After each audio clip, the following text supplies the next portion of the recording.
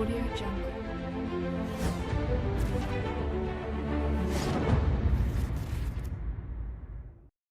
Tai istorija, kad prieš 79 metus šičia žuvo Liolių gyventojai, žmonės gynės Lietuvą, NKVD ir keletą valandų atsilaikė mūšyje, žuvo visas būrys. Vakar vakare vėlai sužinojom seniūniją žinią, kad lenta suniokota ir sunkiai tikisi, kad tai yra piktavalio žmogaus darbas. Iš pradžių galvojom, gal žvėris, gal nelaimingas atsitikimas, gal su technika užkliudė, bet panašu, kad žmogaus ranka tai padarė. Šita vieta ypač palikuonims siekiantiems išsaugoti tą istoriją ir atminimą, tai yra labai skaudus ženklas ir nesuvokima protu, kas dar taip galėtų elgtis. Žinot, aš 83 metai, nors jaunuoliui tam būčiau skėlęs į ausį, be jokių kalbų. Va. Tai čia parazits tikras. Aš neįsivaizduoju tokį žmogų. Kaip sureagavot, kai pamatėt tokį paminklą išdarkytą? Dabar tik pamačiau. Ką galvojat? Dar yra priešų. Kada tu pasakai apie šitą vietą, yra sunku surasti. Tai ten buvo tokia kaip, reiškia, kai orientyras, nuo kurio reikia jau suktis, važiuoti čia. Dabar mes randamės šitoj vietoj, kur įvyko tos kautynės. Ten dabar, jeigu mes nuvyktume, toj vietoj nerastumėm nieką, nes miško darbai, galutinai viskas sunaikinta. Aš dar mačiau buvo tie išlikę, reiškia, gynybinės fortifikacijas liekanas, tai reiškia, kulkosvaidžių lizdai buvo išlikę jie.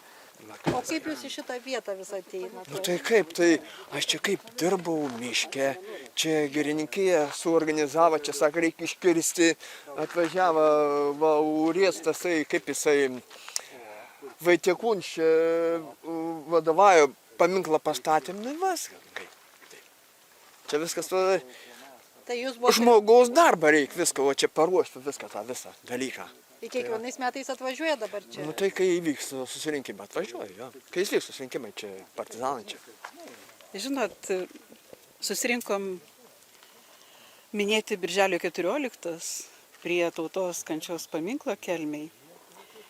Ir tikrai apgailestavom, kad labai mažai žmonių atėjo. Ateidavo moterys pagyvenusios, apsirengusios tautiniais rūbais, dainuodavo. Iš tiesų, ta diena būdavo paminėta labai pagarbiai. O dabar, kaip sako, Dievui atkišus tik tai, susirinkom, paminėjom, sudainavom, išsiskirstėm, o širdį išsinešėm negerą jausmą. Ir jausmas yra toksai, kad šiais laikais mes esam save ištrėmę. Ta perkeltinė, kita prasme. Todėl, kad nebėra pagarbos praeičiai, nebėra jos vertinimo. Ir tą, ką šiandieną matėm, tai yra tiesiog neapsakomai. Neapsakoma, tai yra ir skaudu, ir liūdna dėl paties fakto, žinoma. Aš įsivaizduoju, kaip turėtų Kęstutis Markevičius tai vertinti. Tikrai jo širdis sužeista bus šiandieną. Bet mes turim visi pagalvoti apie save, ką mes jaučiam ir kokį mes krūvį nešam į ateitį, kad būtų kitaip. Ir aš užtatai išgirdus tą žinią, aš galvoju, aš gyvenu netoli, tarsi jaučiu kažkokią kaltę, kad taip įvyko, kai netoliese gyveni, atrodo, lyg tai tu turėtum kažką galėjai padaryti, lyg tai turėjai galėti padaryti, kad taip nebūtų.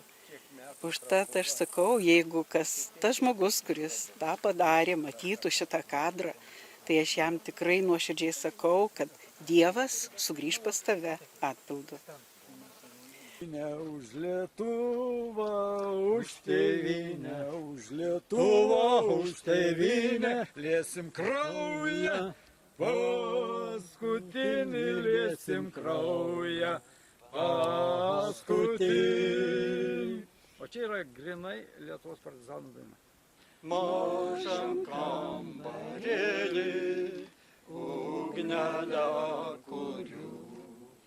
Mažam kambarėlį, ugnelę senelio